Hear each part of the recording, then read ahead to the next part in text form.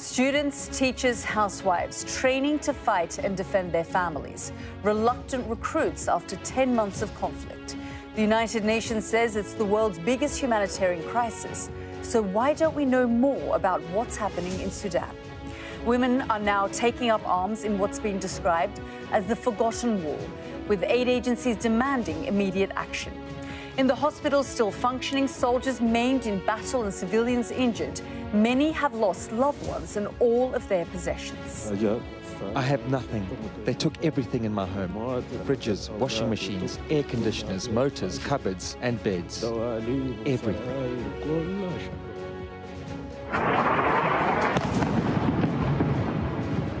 Also tonight, Israel is urged to think again before launching a full-scale attack in Rafah, where 1.4 million Gazans are seeking shelter. This evening, we'll hear live from Joe Biden, said to be losing patience with the Israeli government. We'll also have an update from Diana, who we spoke to last week, still trapped inside Rafah as the bombings continue. Also coming up, he was on the cusp of greatness when he was killed in a car accident. Tonight, Kenya is mourning the marathon runner Kelvin Kipton. And I'll speak to the young photographer breaking barriers in African football. That's all coming up on The World with me, Yalda Hakim.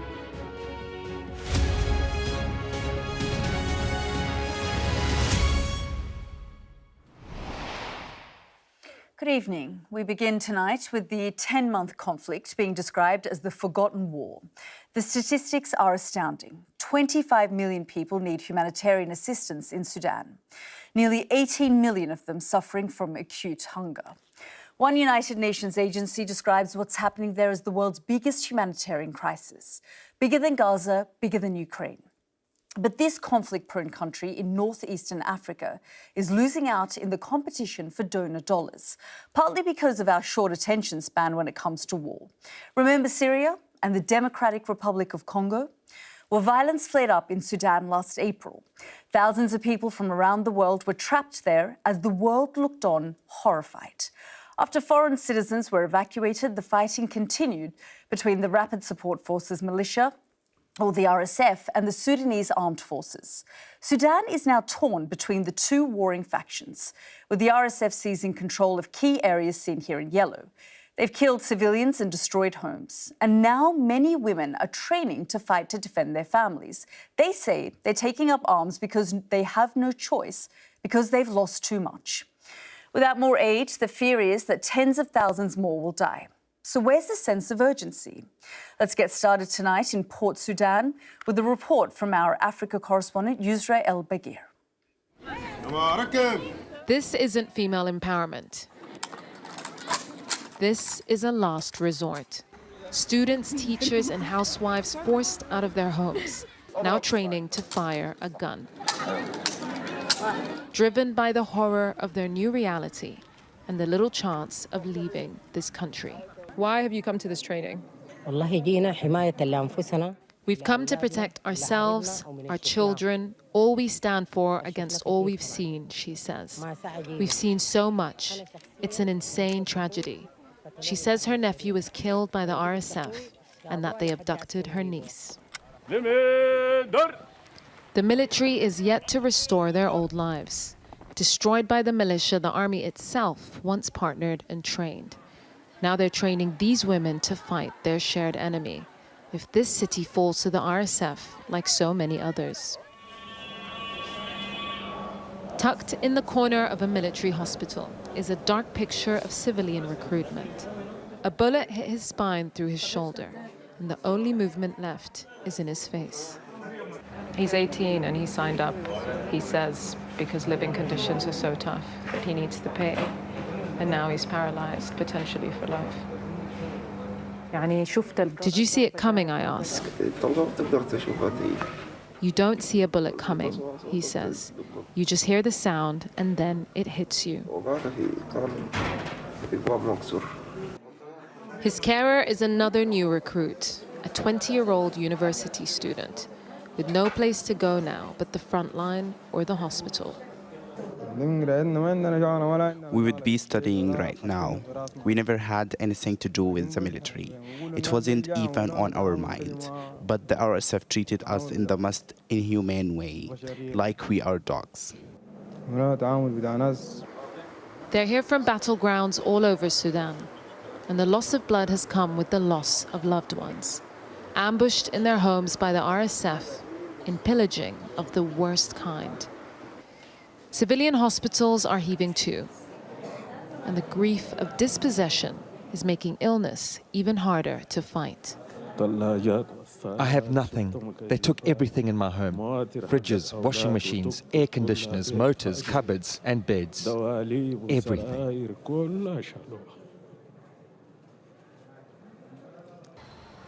Sudan now has the largest displaced population in the world, but funding for humanitarian support is barely trickling in. You know, when you look at what's happening in the Middle East and Gaza, when you look at what's happening in Ukraine, there's a lot of competing demands for limited donor dollars. Sudan is the biggest humanitarian crisis we have today, and we desperately need international support. For now, every free space is a shelter, and everyone we speak to is longing to leave.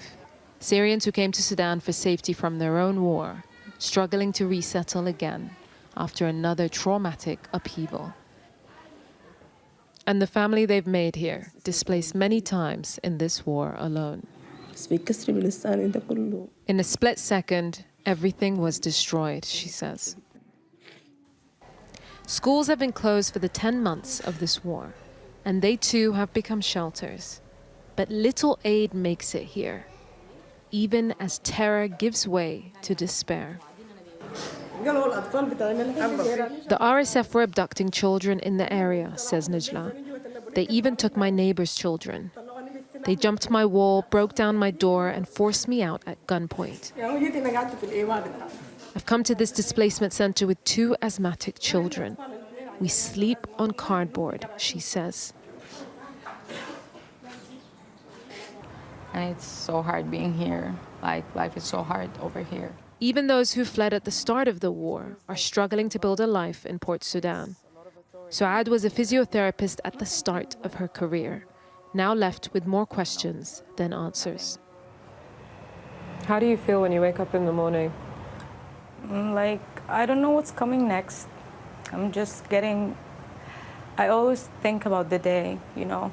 I just wanted the day to end because I don't know what's gonna happen tomorrow. Like, seriously, maybe they'll come again. Maybe, like, I'm gonna lose where I'm living right now. A country already on its knees is now being strangled by violence, hunger, and disease. Sudan's trapped civilians are desperately holding on to life, only for each day of life to become harder to bear. And Yousra joins me now from Port Sudan. Yousra, thank you so much for all of your reporting. I mean, we often talk about these forgotten wars, but frankly, Sudan is right at the top of that list. It's a forgotten war. There's a lack of funding. And, of course, there's no talk of a ceasefire. Absolutely, Yalda. The apathy is materially felt here. People feel it in the lack of aid, and people feel it emotionally. The people we've met have also said that they feel like people forgotten about them, that even just being visited, being interviewed makes them feel a little bit more seen than they have in the past. I mean, we came to cover this war at the very beginning, 10 days in. There was a lot of attention, a lot of urgency. People were shocked. There was disbelief. People didn't think that this war would continue for this long. But there were also mass evacuations by sea, by air that eventually trickled out and the world looked elsewhere. But people are still trapped here. As you said, that this is the largest displaced population in the world. And where we are in Port Sudan is the only port of exit by air. It's the only international airport. So many of the people that we've met here are just waiting to leave. Yeah, and Yousra, we're just looking at those images of those female fighters in your piece. You have been speaking to a lot of these women. What else have you seen and what have they been telling you?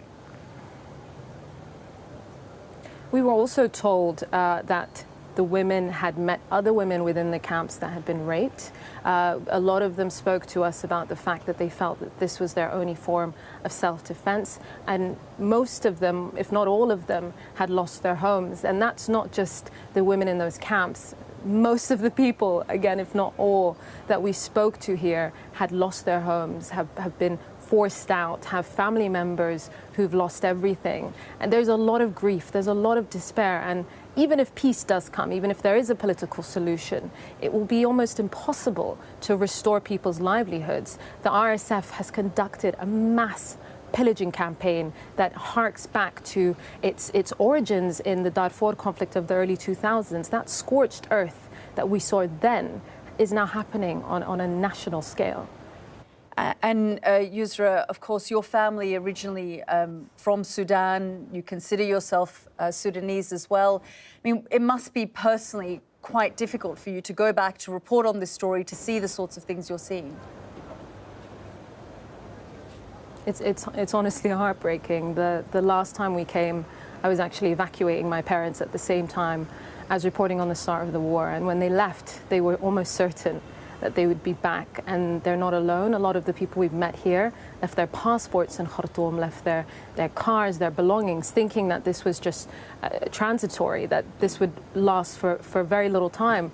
So that sense of shock, even though it's been 10 months, is still there, that this is still an ongoing reality. And to come back and see that the suffering isn't still around, it's actually more deeply entrenched, is really, really despairing. And I'm not alone in feeling that way. I think most of the people in the Sudanese community all around the world is watching what's happening here with really an aching heart and shocked open eyes. Well, we're grateful for all of your reporting and for drawing attention to this ongoing conflict. Yousra, thank you so much for joining us.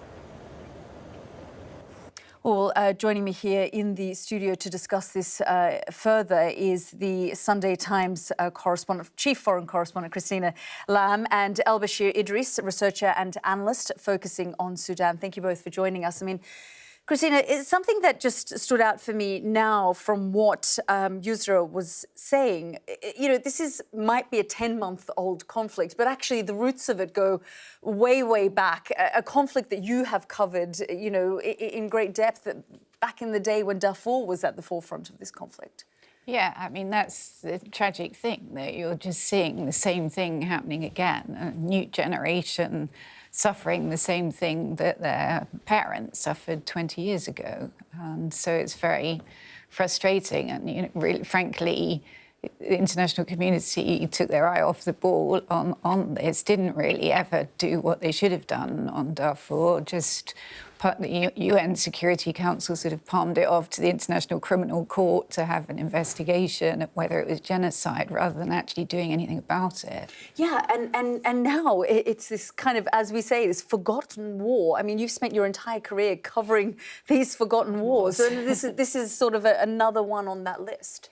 Yeah, and particularly now, I mean, over the last couple of years with Festival Ukraine, and then what happened in Israel on October the 7th and in Gaza subsequently, that's taken all the focus off everywhere else. I think you and I both have spent a lot of time in Afghanistan, which was the sort of biggest issue when the Taliban took over in August 2021, and everyone now has sort of moved on, despite the fact that girls still can't go to school, and it's the only country on earth where that is. So, you know, Sudan, I'm afraid, is just forgotten in the midst Yeah, of I mean, that. just to bring you in, Elbagir, I mean, you went back to Sudan as well after the war broke out. Yes.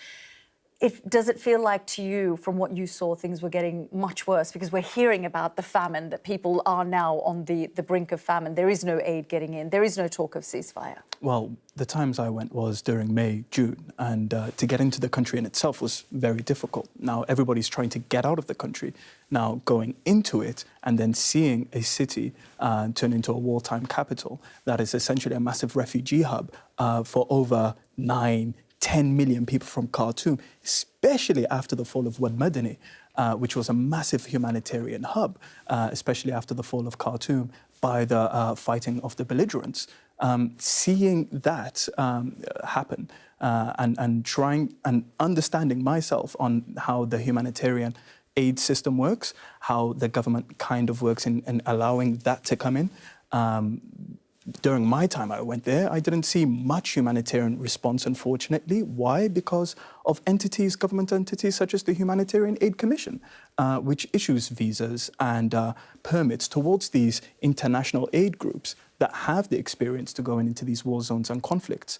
However, these groups and these individuals, aid workers, are not, I won't say allowed in, but they've taken in time. I mean, I just want to pull up some of these stats because the stats are just so, astounding, astonishing, really, when you look at them. 25 million people in need of humanitarian assistance, 3 million under 5 suffer from acute malnutrition, 9 million internally displaced, as you say. I mean, it's the internally displaced that is, it's not just anywhere on Earth. And yet we don't talk about it. That's the issue here, that we have so many sort of conflicts that we're focused on that we don't talk about this particular one. And to add on further, that statistic that came up from IOM, I know people who work within those who are collecting that data themselves, and they say that number is actually triple, 3 times as much as higher. They're being conservative here with these numbers. Absolutely, definitely. So it's 9 million, then it comes out 10 million, but behind closed doors, everybody's been affected by this. And this is a population of over 44 million. So to kind of say only 9, I'll push it up to triple that, pushing into its 30s. MSF had the statistic the other day saying that in one camp alone, 2 children were dying every hour, which was, brought home. I guess, you look at these sorts of stats. I mean, even looking at the stats coming out of Congo, for example, 7 million sort of people displaced there, especially in the east. I was looking at a horrifying stat. I mean, you've done so much work on rape being used as a weapon of war. In North Kivu, 38,000 cases of sexual and gender-based violence. That's in one area alone. That was in just 3 months. I mean, the numbers there are beyond belief. And if you talk to Dr. Mukwege, who runs the Panzi Hospital in Bukavu, his hospital has treated 55,000 women and girls who've been raped. And he says that now he's getting, like, the daughters of women that had been raped before, and even babies being brought in. So it's completely horrendous. I mean, we talk about our attention spans and the fact that people, don't want to necessarily deal with all of these conflicts taking place. It's sort of Ukraine and what's going on in the Middle East. And yet we were interested in the situation in Sudan when we had to evacuate our own citizens out of the country. I mean, that's kind of part of it as well. And I remember that evacuation and how that went. And it was very disorganized, and especially the way it was done by the embassies, and left many civilians with, British passports, for example, still stuck and with very unclear instructions. And the people who were saving the day there are the very same people who are saving the day now, which are ordinary civilians, resistance committee members who are just your typical neighborhood fellas and girls who've all come together and in a grassroots kind of manner and form have managed to execute the job of the government and the UN and other agencies without having any kind of resource or help. But we tend to have a very short attention span anywhere. I mean, I remember, for example, the Chibok girls in Nigeria 10 years ago, which was the biggest story on earth for 2 weeks. All media was there. You had all international leaders holding up those placards saying, "Bring back our girls." We're now 10 years on, and more than half those girls are still missing, and tens of thousands of girls have been taken and raped. Sort of hashtags and slogans for short periods of time. Syria was the same, Yemen. Yeah, I mean, I don't think sometimes people say, why aren't you covering this particular issue as though there's some kind of conspiracy theory? But it isn't actually. It is limited resources and we can't be everywhere. But I've always tried to go back to places and remind people that this is still going on, but it becomes difficult. The UN says we've got more conflicts than at any time since World War II. And I know I've been doing this job for 36 years. When I started out, everything seemed to be going in a good direction. The Berlin Wall had just come down. Lots of dictatorships in Latin America had just ended, you had apartheid ending in South Africa. So it felt like things were moving in the right direction. That is really not the case now. Indeed. Well, please do stay with us because we've got a lot more to discuss throughout the show. We will be taking our audiences from Sudan and we'll be focusing on the situation in Gaza in the next few minutes. Countries in the region have warned of serious repercussions if Israel decides to storm the city of Rafah. It was designated a safe place for the hundreds of thousands forced to flee the fighting. We'll hear from some of those inside Rafah with nowhere left to go. Plus, we'll cross to Washington, where Joe Biden and King Abdullah are expected to hold a news conference after meeting in Washington.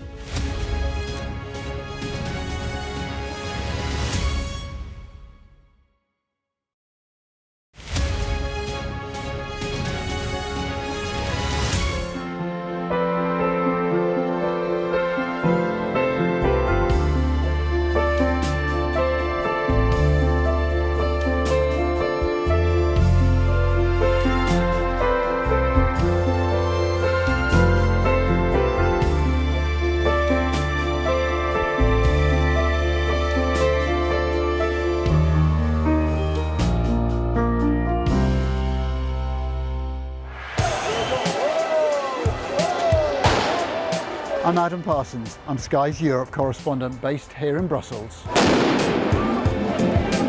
More flares going off, a volley of rocks, cobbles have been pulled up out and are being used as missiles to hurl at these police. We take you to the heart of stories that shape our world.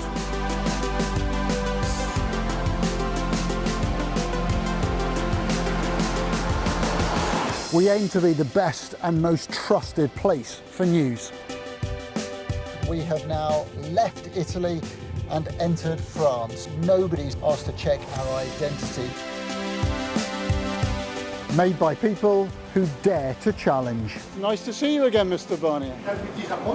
Why? Meeting you. Fishing does have the potential to stymie an enormous economic deal.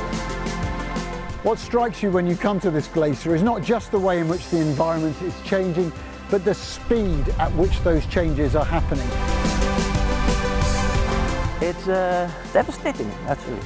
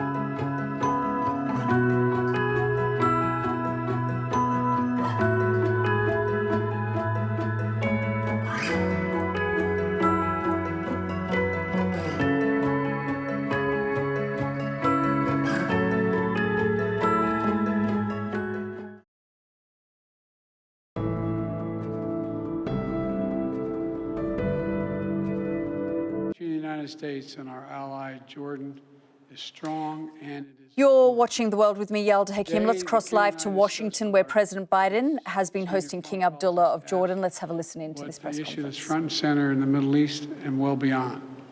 The war between Israel and the terrorist organization Hamas. Over 4 months ago, on October the 7th, Hamas attacked Israel in an act of sheer evil, massacring more than 1,200 innocent women, men, and children. The deadliest day for the Jewish people since the Holocaust. More than 250 hostages were taken.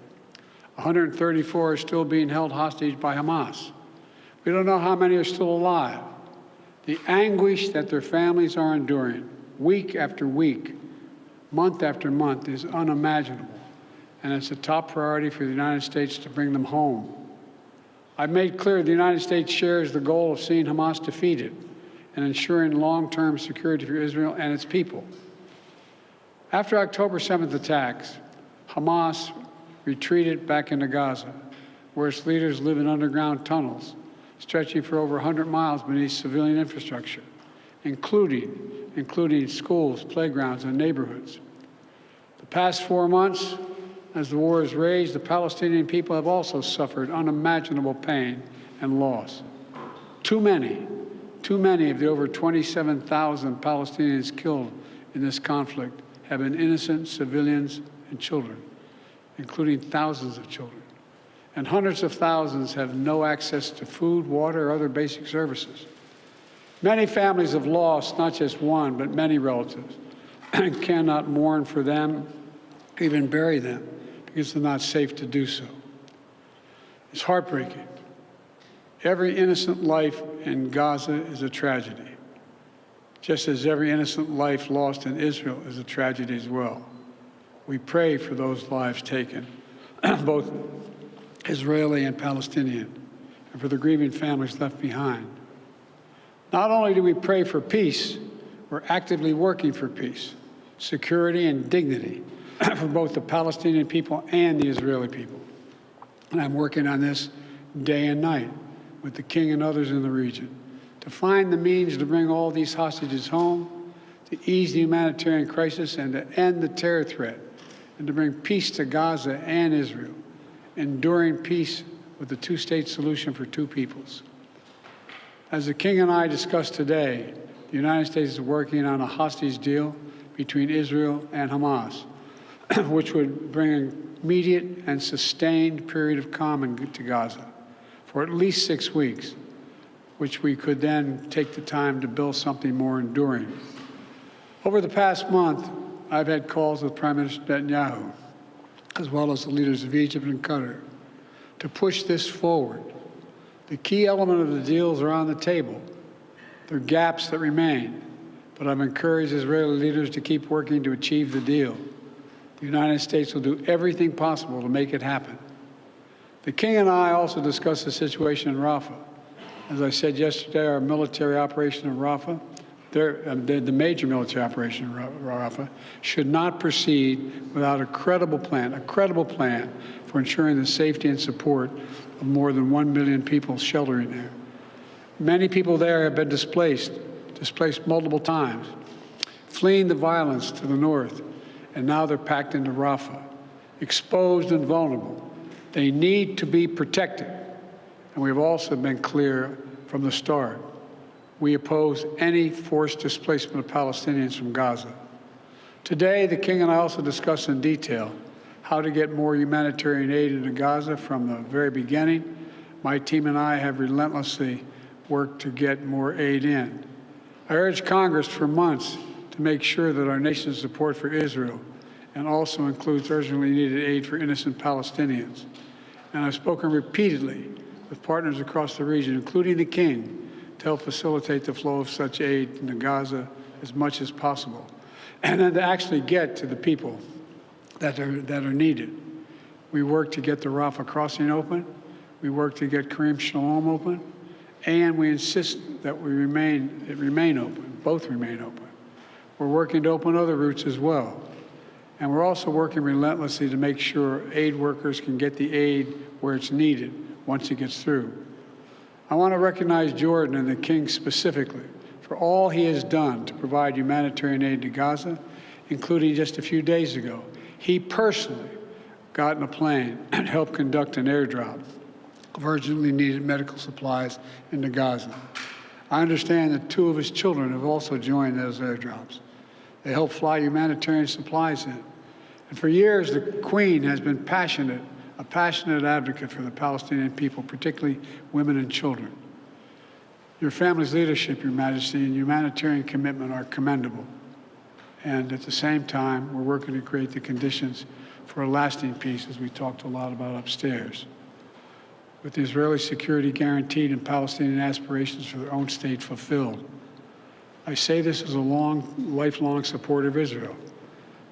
That's the only path that guarantees Israel's security for the long term. To achieve it, Palestinians must also seize the opportunity. As discussed with the King today, the Palestinian Authority must urgently reform so it can effectively deliver to the Palestinian people in both the West Bank and Gaza. Once Hamas's control of Gaza is over, they must prepare to build a state that accepts peace, does not harbor terrorist groups like Hamas and Islamic Jihad.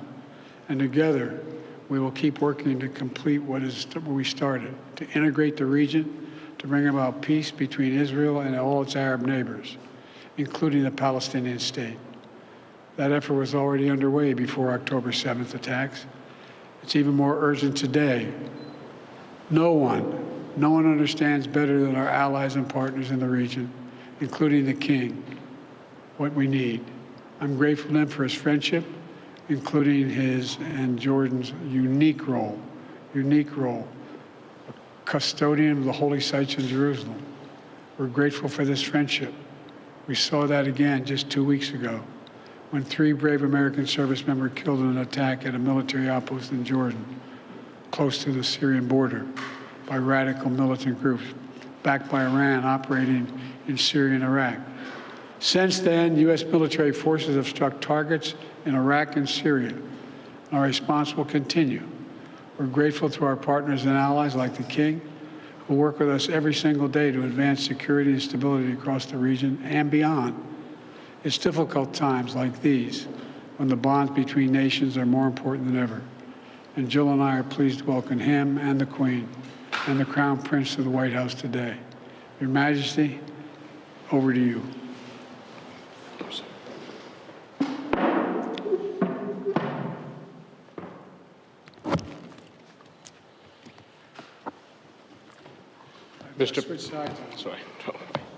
Mr. President, thank you for your gracious hospitality accorded to me and my delegation today. My visit today carries an added meaning, as our countries this year mark 75 years of exemplary strategic partnership. However, we had hoped we would be marking this major milestone during better circumstances in my region and the world. Unfortunately, one of the most devastating wars in recent history continues to unfold in Gaza as we speak. Nearly 100,000 people have been killed, injured, or are missing. The majority are women and children. We cannot afford an Israeli attack on Rafah. It is certain to produce another humanitarian catastrophe. The situation is already unbearable for over 1 million people who have been pushed into Rafah since the war started. We cannot stand by and let this continue. We need a lasting ceasefire now. This war must end. We must urgently and immediately work to ensure the sustainable delivery of sufficient aid to Gaza through all possible entry points and mechanisms. And I thank you, Mr. President, for your support on this. Restrictions on vital relief aid and medical items are leading to inhumane conditions. No other UN agency can do what UNRWA is doing in helping the people of Gaza through this humanitarian catastrophe. Its work in other areas of operation, especially in Jordan, where 2.3 million are registered, is also vital. It is imperative that UNRWA continues to receive the support it needs to carry out its mandate. The potential threat of Palestinian displacement beyond the borders of Gaza and the West Bank is something we view with extreme concern and cannot be allowed. At the same time, we must not ignore the situation in the West Bank and in the holy sites in Jerusalem. Nearly 400 Palestinians have been killed in the West Bank since October 7th, including almost 100 children and over 4,000 injured. Continued escalations by extremist settlers in the West Bank and Jerusalem's holy sites and the expansion of illegal settlements will unleash chaos on the entire region. The vast majority of Muslim worshippers are not being allowed to enter Al-Aqsa Mosque. Christian churches have also voiced concerns about increasing and unprecedented restrictions and threats. It is also important to stress that the separation of the West Bank and Gaza cannot be accepted. 7 decades of occupation, death, and destruction have proven beyond any doubt that there can be no peace without a political horizon. Military and security solutions are not the answer. They can never bring peace. Civilians on both sides continue to pay for this protracted conflict with their lives. All attacks against innocent civilians, women and children, including those of October 7th, cannot be accepted by any Muslim, as I had previously stressed. We must make sure the horrors of the past few months, since October 7th, are never repeated nor accepted by any human being. We must together, along with Arab partners and the international community, step up efforts to reach a ceasefire in Gaza and immediately start working to create a political horizon that leads to a just and comprehensive peace on the basis of the two-state solution. An independent, sovereign, and viable Palestinian state with East Jerusalem as its capital, but living side by side with Israel in peace and security. This is the only solution that will guarantee peace and security for the Palestinians and the Israelis, as well as the entire region. Your leadership, my dear friend, Mr. President, is key to addressing this conflict, and Jordan is ready to work, as always, with you towards peace. Thank you.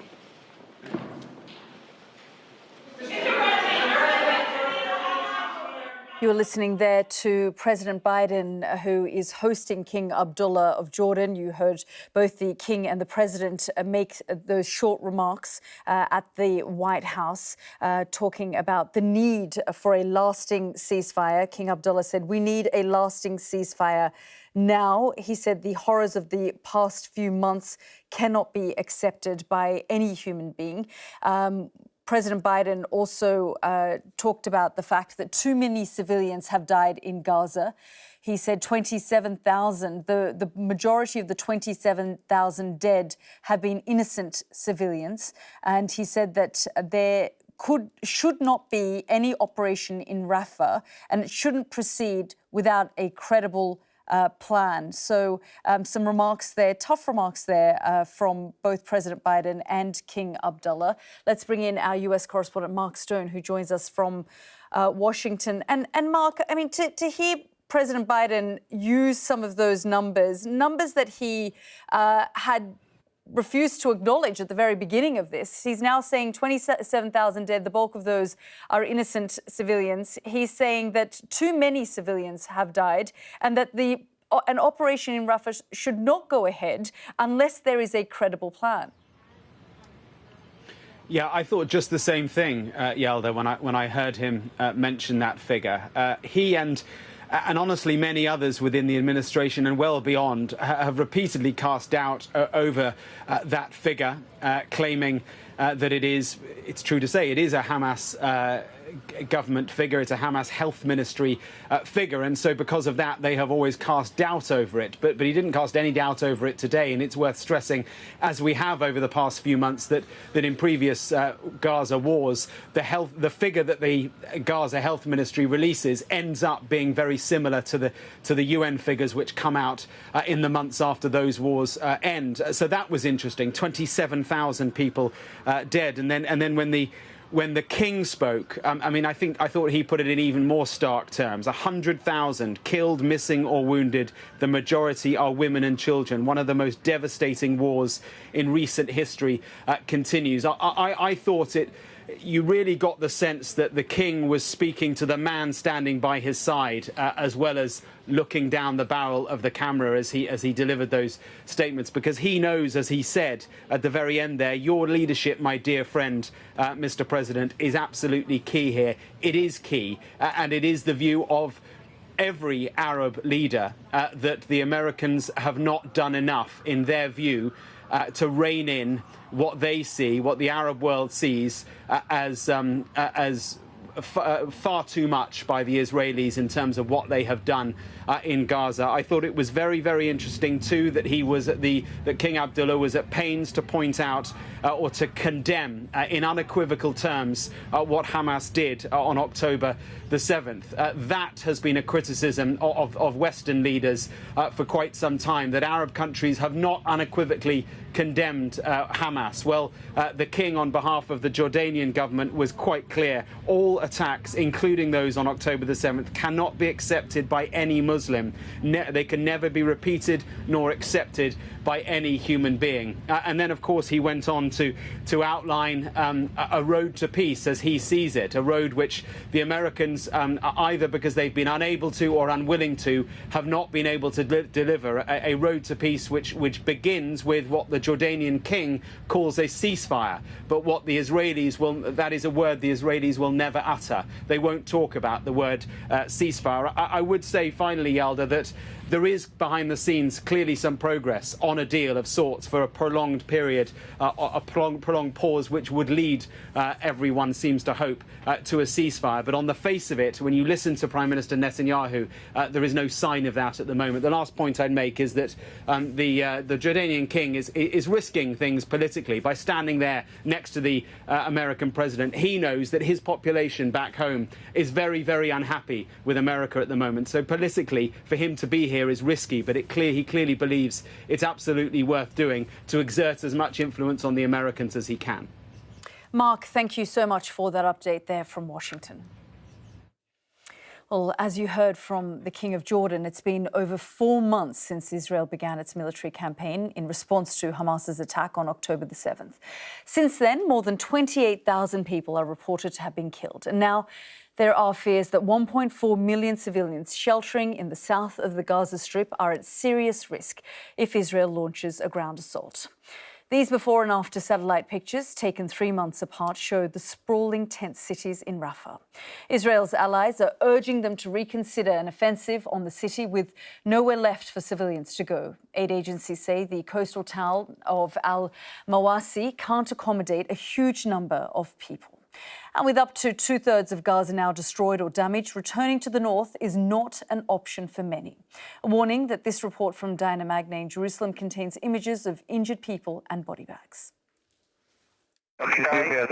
They're in our hands. The voice calm over the radio. But what a moment this is. Israeli special forces shielding the hostages as they go into an armed convoy and out of Rafah to safety.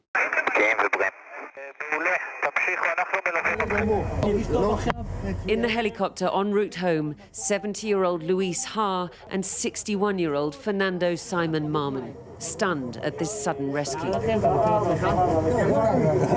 They're asked if they want a blanket, but no, it's warm, they say, warm in our hearts. We love you, the soldiers tell them, reaching out to touch a forearm. These 2 men taken from kibbutz near Yitzhak by Hamas 4 long months ago, finally reunited with loved ones at the Sheba Hospital near Tel Aviv. Hugs and tears, a family whole again.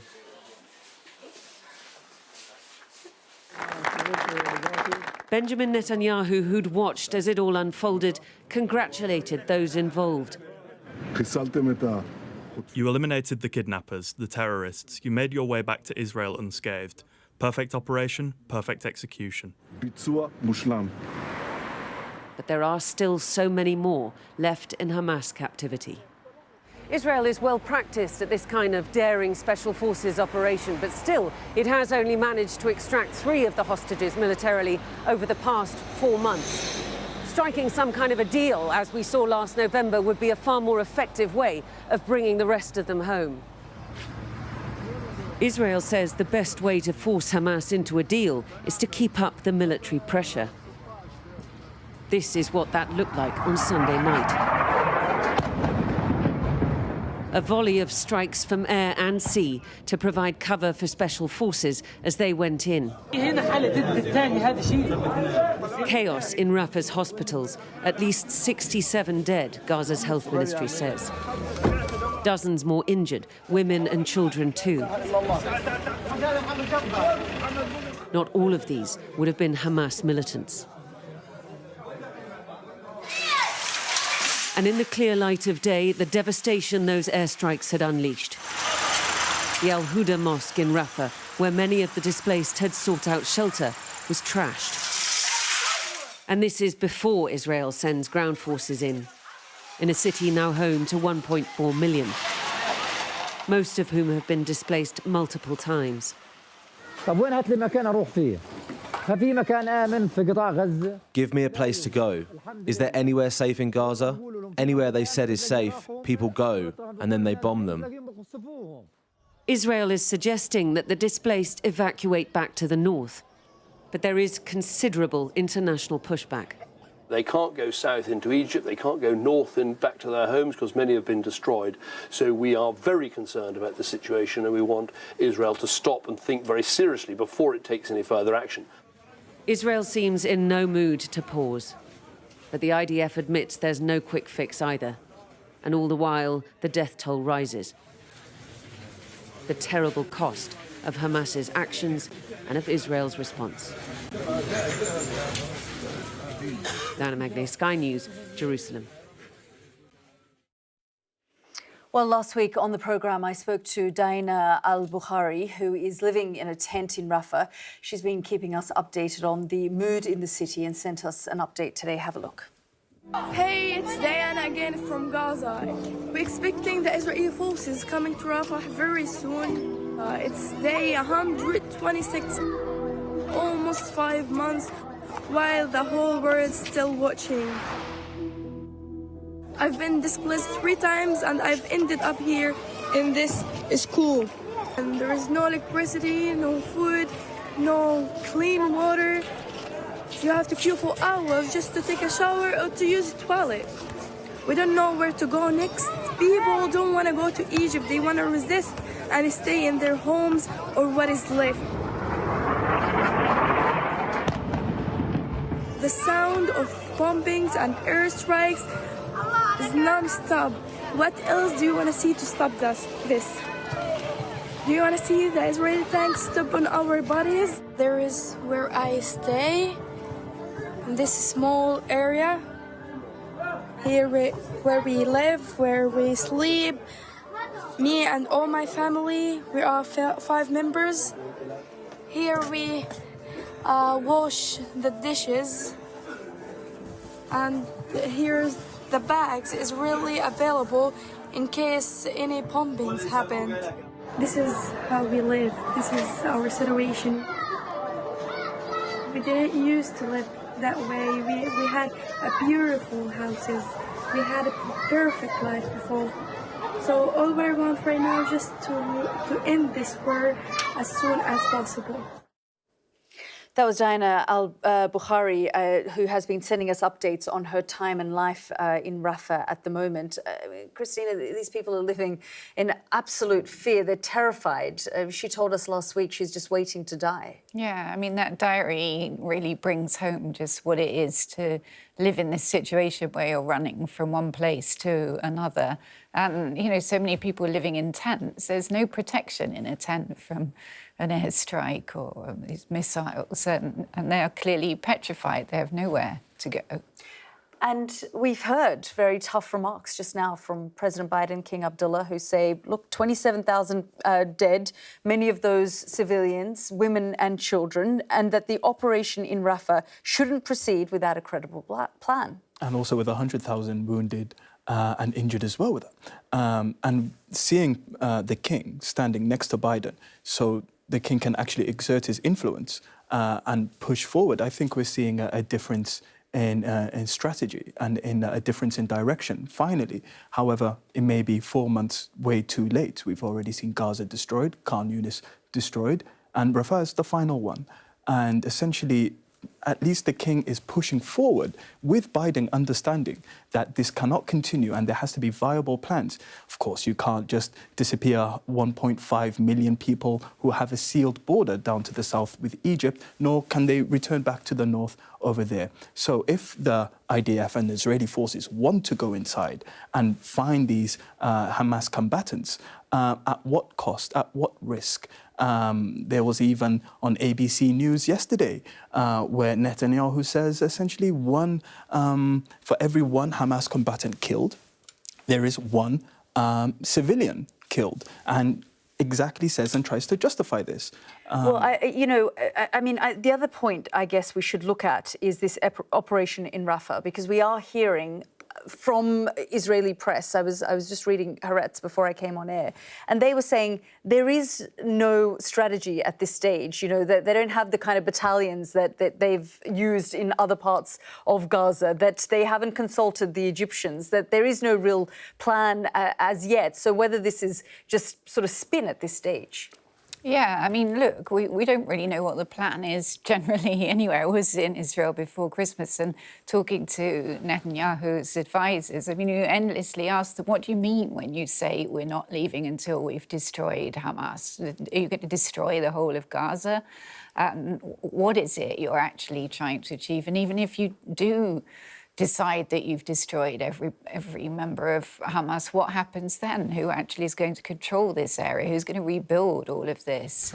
Yeah, I mean, the two leaders talked about a two-state solution. We'll get to that in a moment, but I just want to draw your attention to 6-year-old Hind, the little Palestinian girl who we saw pleading with Palestinian Red Crescent to come and save her a few weeks ago. We just want to run a clip of that just to remind our audiences. And in this clip, there is a member of the Palestinian Red Crescent talking about Hind and making that call. Let's just have a listen.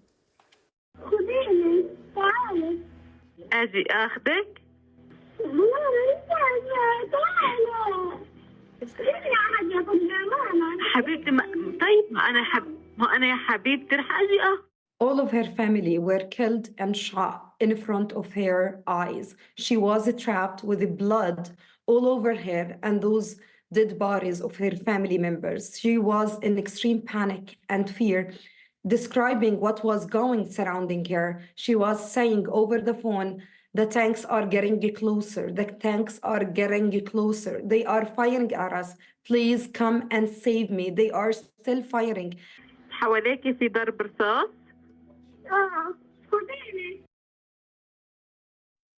mean, it's utterly gut-wrenching when you see that. Heartbreaking, really heartbreaking. Yes. You know, and yet this is the story of one civilian. And as you say, very difficult to know what the plan is going next, you know, what the Israelis will do or what the actual plan is going forward. Well, it's also, I mean, what that does is bring home to us there's actually what's happening to individuals. I think there's a danger, and the numbers are so big, 100,000 wounded and killed and missing, that being on the news every day, that people just kind of become a bit inured to it. So it's when you hear those individual stories. And as you know, one of the frustrations of this war is that we can't get into Gaza to report on it. And there's some incredibly brave journalists in Gaza who have been risking their lives every day. Many of them paid for it with their lives. But it really is very frustrating not to be able to get inside and report this. And that's been part of the issue as well, having people being able to enter Gaza, report on the issue, independently verify what's going on. Of course, and we're now left at the mercy of OSINT, or rather open source, and seeing things from there. Yes, traditional cameras and methods of doing media cannot do it because of that ban and restriction on getting people in. However, as we've seen for these past 4 months, especially with online journalists and people uploading videos, seeing that reality and following them on that story, and a very heart-wrenching and horrible story that we all know by now, and the names of amazing journalists on the ground and those who have left. Now, with this one and hearing their stories, whilst we hear the stories of the Israeli IDF, them being surgical, them being some of the best in the world, and yet we're hearing stories on how a 6-year-old girl was essentially murdered by recklessness. And by the looks of it, it definitely was not surgical, nor was it targeting the correct that's members. the issue, isn't it? I mean, I think few people question that Israel had a right to take revenge for what happened on October the 7th, but it's the proportionality, right? The dropping of 2,000-pound bombs, wiping out levelling neighbourhoods, killing so many women and children.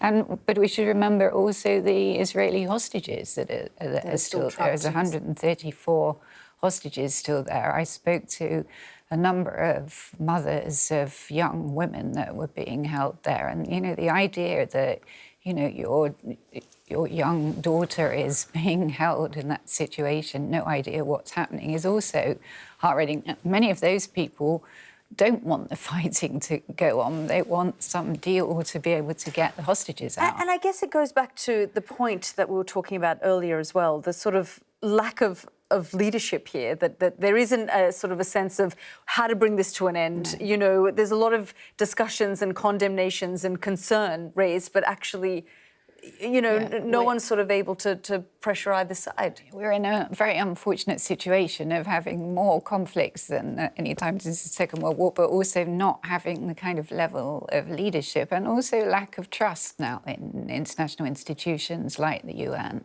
Indeed. Well, Christina, Elbagir, thank you both. We're really grateful that you've joined us here on the programme. Well, that's it for this evening. We covered 2 wars tonight, one in Sudan, largely forgotten, one dominating the headlines. Israel is now under pressure, significant pressure, not to move in on the border city of Rafah in its effort to eradicate Hamas. The message from Joe Biden tonight that the offensive should not go ahead without a credible plan for civilians. We heard there from King Abdullah and President Biden, and we will have much more coverage throughout the evening on Sky News. I'll be back tomorrow at 9. Next up is the news at 10. Good night.